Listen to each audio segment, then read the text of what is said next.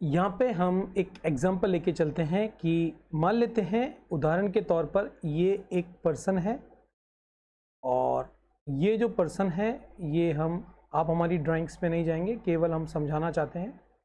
मान लेते हैं ये पर्सन है मिस्टर राम, ठीक है। ये मिस्टर पर्सन राम है जिनके दिमाग में एक ख्याल आया कि इन्हें एक बिजनेस करना है, मतलब कि एक व्यापार को स्टार्ट करना। जब इन्हें एक बिजनेस स्टार्ट करना है तो किसी भी बिजनेस को हम दोस्तों जब स्टार्ट करते हैं तो उसके लिए हमें ज़रूरत होती है नगद की, पैसों की, तभी तो हम स्टार्ट कर पाएंगे। तो इन्होंने बिजनेस सोच लिया कि मुझे एक आइसक्रीम की शॉप लगानी है, वो इन्होंने अपने माइंड में सेट कर लिया।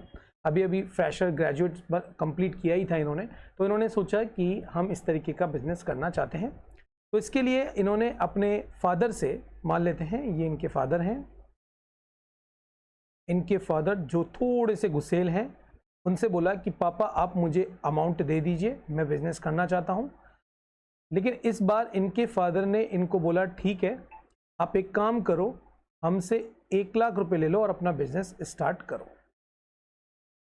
ठीक है, आप बिल्कुल स्टोरी पे रहिएगा, टर्म हम बाद में आपको क्लियर कर देंगे।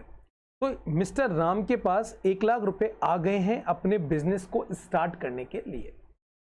अब इन्होंने क्या किया कि बिजनेस स्टार्ट करने का ठान लिया। तो इन्होंने बिजनेस को स्टार्ट करने की जब सोची तो इन्होंने क्या किया, एक रोड के सारे, मान लेते हैं ये हमारी रोड है, इस सारे इनको एक बहुत अच्छी शॉप इनको दिखाई दे दी। मान लेते हैं ये एक रोड के सारे एक बढ़िया सी शॉप इनको मिल गई है। इन्होंने इस शॉप को पसंद कर लिया, रेंट के हिसाब से इन्होंने डिसाइड कर लिया कि क्या रेंट रहेगा, उसके बाद इसने ये शॉप ले ली। अब आप देखिए कि जब इन्होंने शॉप ले ली और उसका शटर उठाया तो केवल और केवल ऊपर छत और 4 दीवारें इनको मिली और बिल्कुल पूरी दुकान खाली थी। तो सबसे पहले इन्होंने डिसाइड किया कि इस दुकान में हमें क्या करना है। तो इन्होंने सबसे पहले इस दुकान के अंदर फर्नीचर बनाने का डिसाइड किया। तो इसके लिए इन्होंने यहाँ पे कुछ फर्नीचर, कुछ रैक्स बनाई जिससे डेकोरम थोड़ा सा अच्छा हो जाए। उसके साथ साथ फिर इन्होंने यहाँ पे मान लेते हैं एसी लगा दिया। यहाँ पे इन्होंने बैठने के लिए चेयर लगा दिया जिससे कि थोड़ा सा डेकोरम अच्छा हो जाए। यहाँ पे इन्होंने अपनी चेयर लगा ली। यहाँ पे इन्होंने एक टेबल रख लिया, काउंटर रख लिया, जिसको आप कहते हैं गल्ला भी कह सकते हैं। यहाँ पे अच्छा खासा इन्होंने सिटिंग दे दिया और इस तरीके का फर्नीचर बिल्कुल लगा के दुकान को अपडेट कर दिया। और उसके बाद इन्होंने यहाँ पे अपनी दुकान का एक बैनर लगा दिया, अपने नाम से ही इन्होंने राम नाम से आइसक्रीम पार्लर खोल लिया। मान लेते हैं यहाँ पे इन्होंने आइसक्रीम पार्लर को ओपन कर लिया है और यहाँ पे इन्होंने पूरा का पूरा सेटलमेंट कर लिया है। अब क्योंकि शॉप बन चुकी है, शॉप बिल्कुल सेट हो चुकी है, अब हमको चाहिए आइसक्रीम। इन्होंने ये सोच लिया कि हम आइसक्रीम खरीदेंगे कंपनी से और फिर हम इसे बेचेंगे। तो यहाँ पे क्या हुआ कि इन्होंने थोड़ा सा दिमाग लगाया। इन्होंने देखा जहाँ पे सबसे ज़्यादा आइसक्रीम वेंडर हैं, बड़े बड़े बनाने वाले हैं, क्यों ना उनके पास जाया जाए। तो ये एक मार्केट में पहुँचे, मान लेते हैं दिल्ली की एक मार्केट थी। इस दिल्ली की मार्केट में डिफरेंट बहुत सारी आइसक्रीम बनाने वाली कंपनीज थी, ए, बी और सी। इन्होंने क्या किया, ए वाली जो कंपनी है उससे संपर्क किया और उनको 500 लीटर आइसक्रीम का ऑर्डर दे दिया। इस कंपनी ने क्या किया, एक गाड़ी के अंदर इस आइसक्रीम के बॉक्सेस को पूरा का पूरा फुल किया, फिलअप किया और इनके लिए रवाना कर दिया। यहाँ पे इन्होंने इसको अनलोड करा दिया और डिस्प्ले में, मान लेते हैं डिस्प्ले में अच्छी तरीके से इन्होंने यहाँ पे आइसक्रीम को रख दिया। ये पूरी की पूरी आइसक्रीम की शॉप अब रेडी हो चुकी है, आइसक्रीम पार्लर रेडी हो चुका है।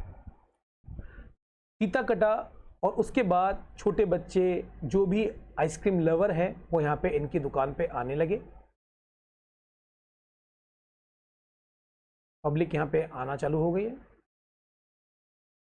और पब्लिक को इन्होंने आइसक्रीम खिलाना चालू कर दिया। ये पब्लिक को आइसक्रीम देना चालू कर दिया है। ठीक है जी।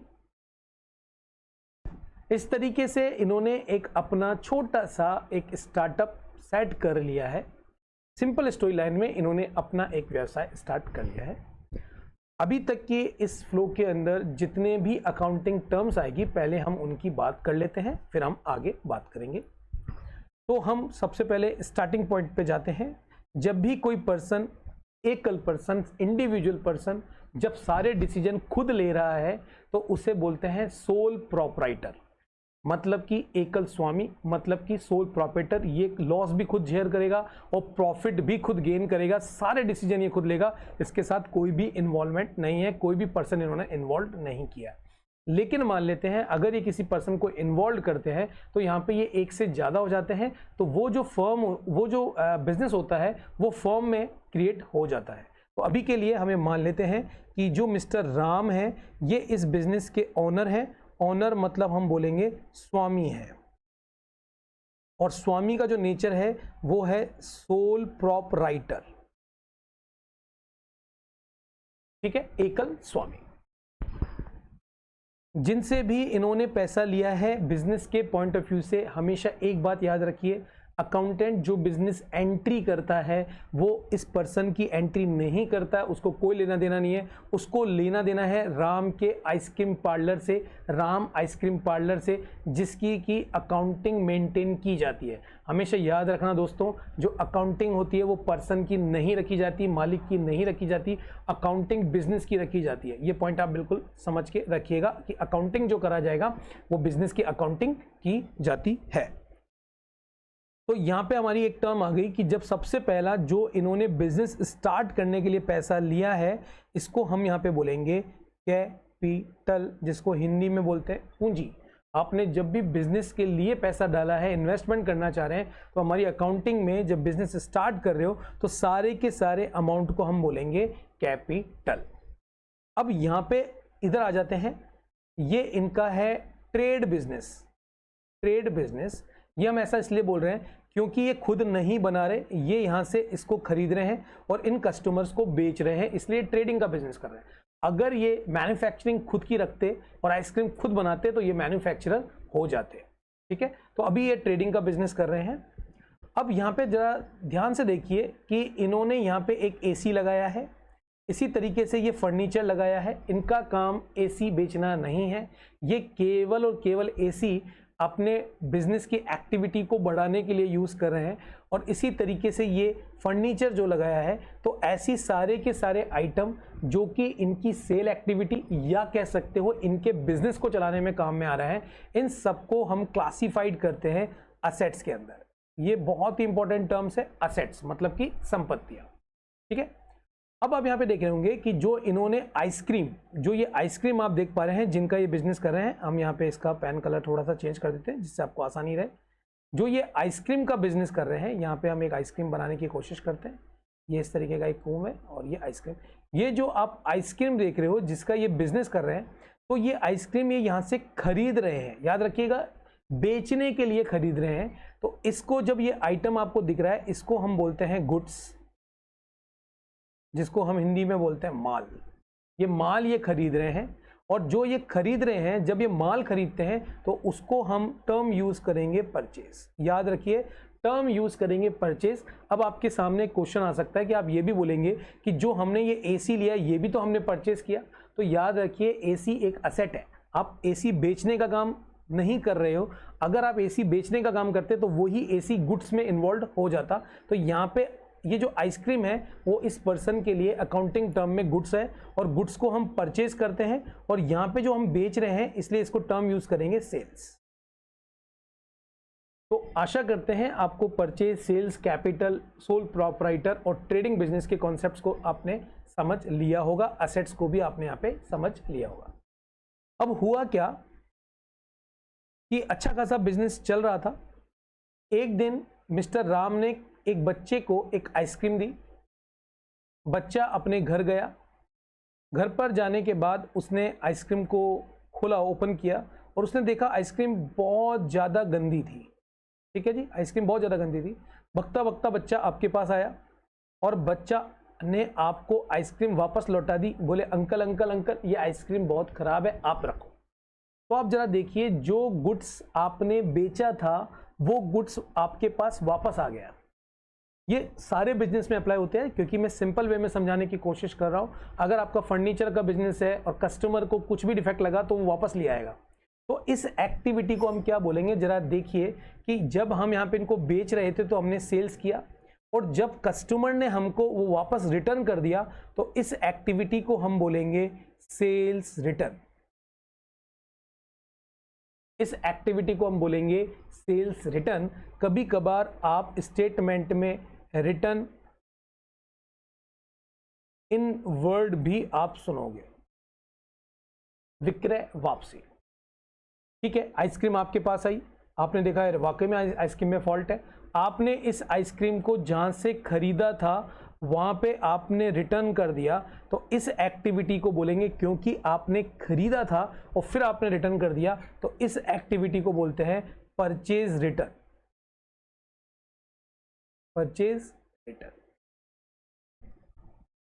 परचेज रिटर्न इस एक्टिविटी को हम कहते हैं। याद रखिए परचेज रिटर्न, बहुत ये जो टर्म्स है ये बार बार आपको टैली में देखने को मिलेगी, अकाउंटिंग में देखने को मिलेगी।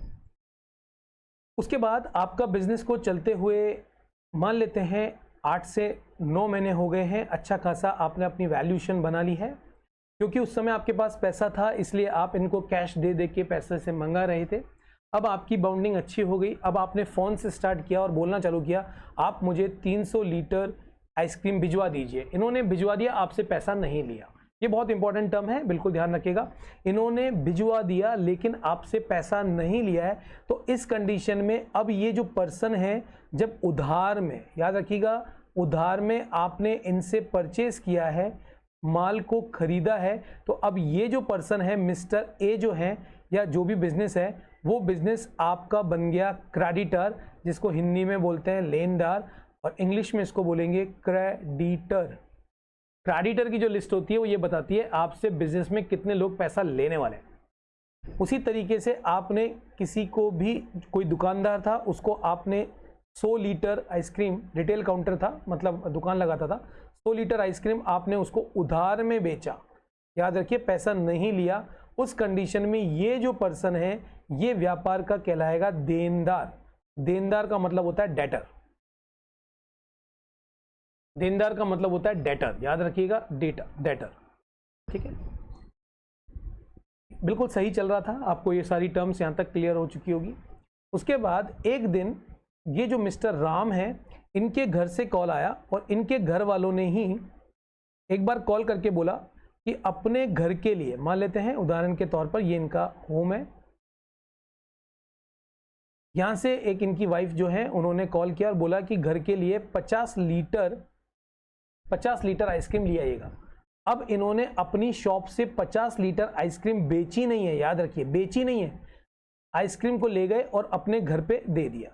तो जरा आप ये बताइए कि अगर मान लो शॉप के ऊपर 300 लीटर का स्टॉक था और 300 में से 50 घर पे चला गया और 250 दुकान पे रह रहा है स्टॉक, तो ये जो 50 अगर ये बेचते तो कहीं ना कहीं इनको सेल्स होती, और सेल्स होती तो कोई ना कोई अमाउंट यहाँ पे मिलता, लेकिन यहाँ पे तो इन्होंने खुद ने अपना पर्सनल यूज कर लिया।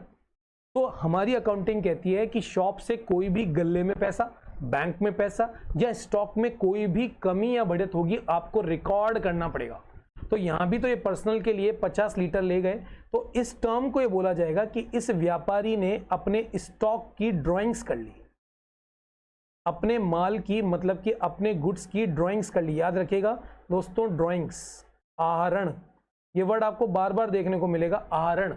अब ये जो ड्राइंग्स हो सकती है, ऐसा भी हो सकता है कि आप गल्ले से पैसा निकाल लें खुद के पर्सनल यूज के लिए, वो भी ड्राइंग्स है, वो कैश की है। जब माल की निकालते हैं तो उसको स्टॉक की या गुड्स की आप क्या कह सकते हैं, ड्राइंग्स आपने की है, और अकाउंटेंट को इसका हिसाब किताब रखना होगा। ये नहीं हो सकता है कि मालिक कभी भी निकाल रहा है और आपको पता नहीं है और आपने उसकी एंट्री मिस कर रहे हैं। तो याद रखिए आपका अकाउंटिंग मैच होगा ही होगा नहीं। बात समझ में आ गई? अब यहां पे अगर आप ध्यान से देखें तो अगर मैं आपसे पूछूं कि ये जो बिजनेस है, ये बिजनेस ये चला रहे हैं, तो इसको चलाने के लिए ऐसा तो नहीं हो सकता कि जो लाइट जल रही है वो फ्री में चलेगी, लाइट का भी बिल आएगा, इन्होंने जो इनके कस्टमर आके बैठ रहे हैं उनको ये पानी सर्व कर रहे हैं, पानी का भी बिल आएगा। तो बिजनेस को चलाने के लिए day to day operating activities होती है, डे टू डे खर्चे होते हैं, डे टू डे के बहुत सारे एक्सपेंसेस होते हैं जो कि ऑपरेशनल होते हैं। जैसे इनको रेंट भी लग रहा होगा, जैसे इनका इलेक्ट्रिसिटी एक्सपेंसेस भी हो रहा होगा, जैसे इनका वाटर बिल भी आ रहा होगा, और सो ऑन जितने भी खर्चे हैं वो सब कौन सी कैटेगरी में जाते हैं, एक्सपेंसेस की कैटेगरी में जाते हैं।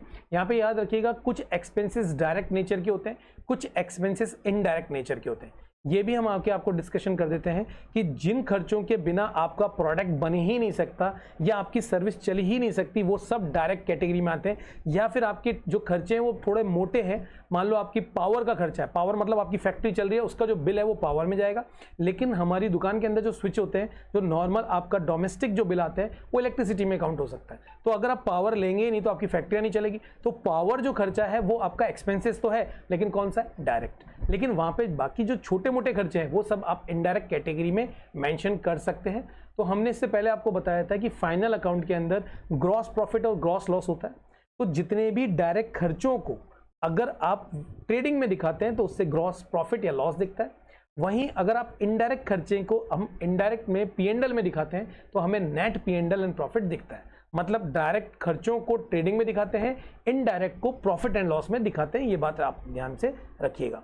तो यहाँ पे ये सब हो जाता है आपका एक्सपेंसेस। ठीक है दोस्तों, अब एक सबसे इंपॉर्टेंट बात कि इस बिजनेस की अगर हम बात करें, आपसे इस बिजनेस की बात करें तो इस बिजनेस में जो इनकम हो रही है या कोई भी बिजनेस में जो इनकम होती है वो दो तरीके की इनकम आपको देखने को मिलेगी। एक होती है डायरेक्ट इनकम और एक होती है इनडायरेक्ट इनकम। डायरेक्ट इनकम में ओनली और ओनली सेल्स काउंट होती है, चाहे आप सर्विस की करें चाहे आप गुड्स की करें। मतलब कि इन पर्सन्स को जो ये कस्टमर आ रहे हैं उनको आप आइसक्रीम खिला रहे हैं और उनसे पैसा ले रहे हैं, मतलब आप सेल कर रहे हैं, तो ये आपकी डायरेक्ट इनकम है। इनडायरेक्ट इनकम कैसे हो सकती है, एक बार ये, क्योंकि जब आपने ये दुकान लिया था बहुत ही इंटेलिजेंट थे, इसका जो ऊपर एक रूम था वो रूम आपने किसी को दे दिया और उससे आपको रेंट मिल रहा है, तो ये भी तो आपकी इनकम है। रेंट रिसीव्ड ये भी तो आपकी इनकम है, लेकिन ये इनकम आपकी इनडायरेक्ट इनकम है।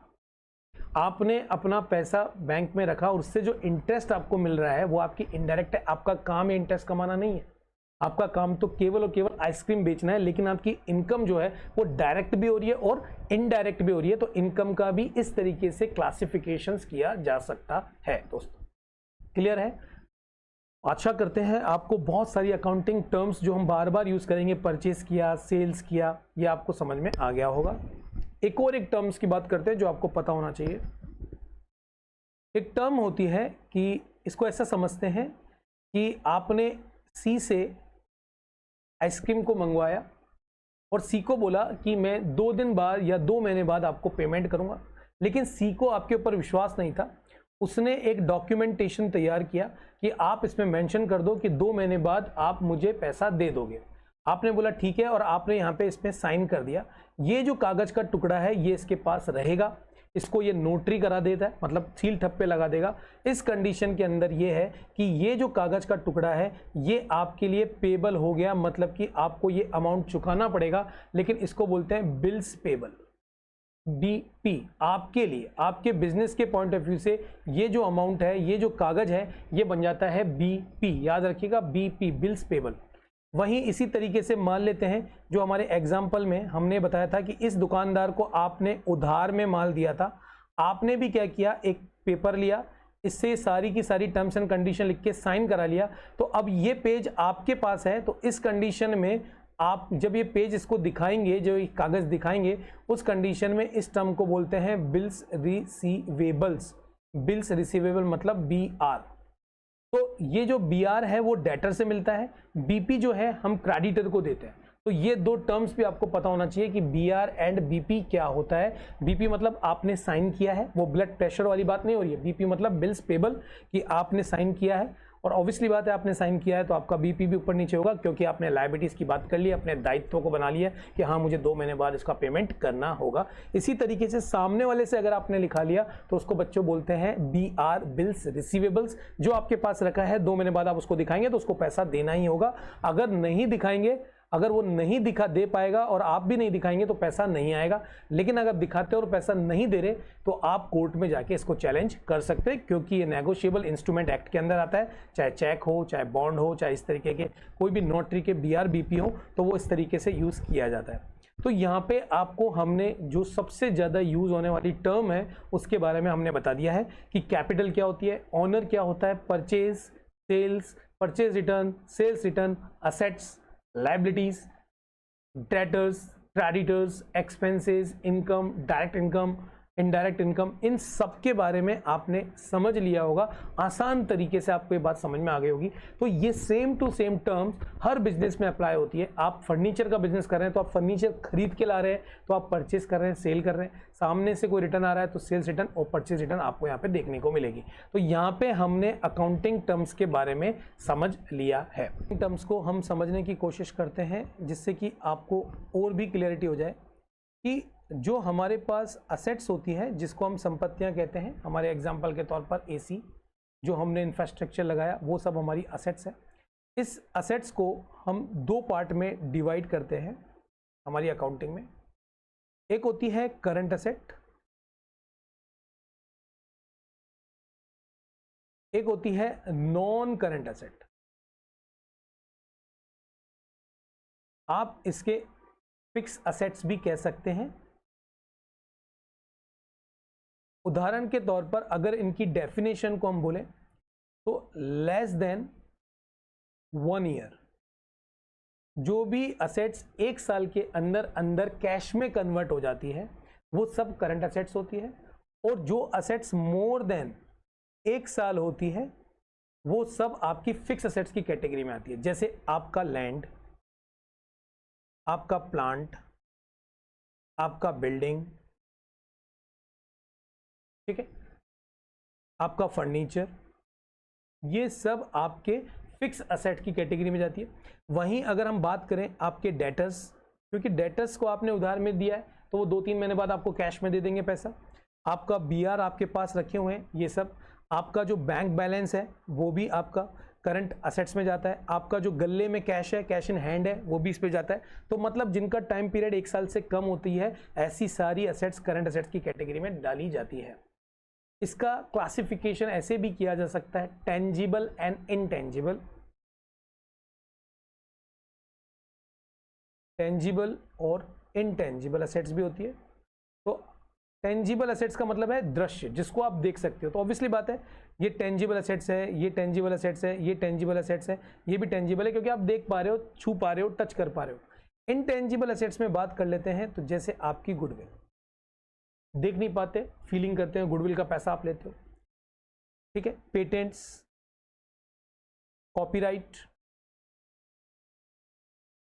ये जितनी भी आप असेट्स देख पा रहे हैं ये सब असेट है तो सही, लेकिन कौन से नेचर की है, इनटेंजिबल है, जो दिखती नहीं है लेकिन इसकी मार्केट वैल्यू होती है। जैसे कि अगर आप कॉपीराइट किसी से लेंगे तो उसके पैसा मिलता है आपको, कि आपने किसी को बोला आप मेरा कॉपीराइट यूज कर सकते हो तो उसका पैसा आपको मिलता है। इसी तरीके से जैसा कि हमने असेट्स को क्लासिफाइड किया है, इसी तरीके से हमारी लायबिलिटीज भी हम क्लासिफाइड कर लेते हैं। तो हमारी जो लायबिलिटी होती है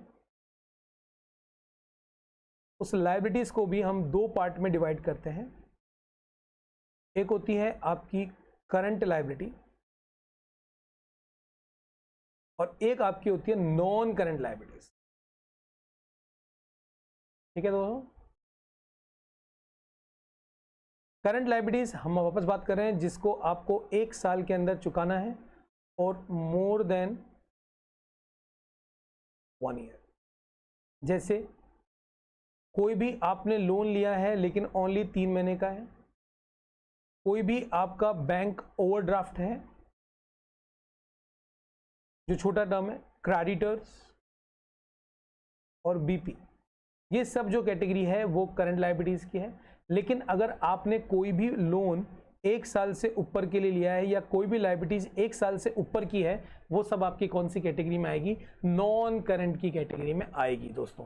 तो यहाँ पे क्लासिफिकेशन भी बहुत जरूरी है, क्योंकि जो आप ये असेट्स देख रहे हैं और ये जो लायबिलिटीज देख रहे हैं, ये हमको हमारे फाइनल अकाउंट में जो बहुत ही इंपॉर्टेंट होता है, बैलेंस शीट के अंदर दिखती है कि आपकी कौन कौन सी असेट्स है और आपकी कौन कौन सी लायबिलिटीज है, इनके बारे में बैलेंस शीट आपको बताता है। मतलब कि आपकी फाइनेंशियल पोजीशन की जो क्लियर इमेज है वो कौन शो करता है, आपकी बैलेंस शीट शो करती है। तो यहाँ पे आपको ये समझना जरूरी है कि जब बैलेंस शीट को हम देखेंगे तो हमको पता होना चाहिए कौन करंट है, कौन नॉन करंट है, कौन सी लायबिलिटीज है जो करंट नेचर की है, नॉन करंट नेचर की है। वहीं ट्रेडिंग एंड P&L देखते हैं तो यहाँ पे खर्चों के बारे में बात करते हैं, डायरेक्ट इनडायरेक्ट खर्चे और डायरेक्ट और इनडायरेक्ट इनकम के बारे में। तो यहाँ पे हमने हमारी अकाउंटिंग टर्म्स को, आशा करते हैं हमने समझाने की कोशिश करी और आपको भी अच्छी तरीके से समझ में आ गई होगी।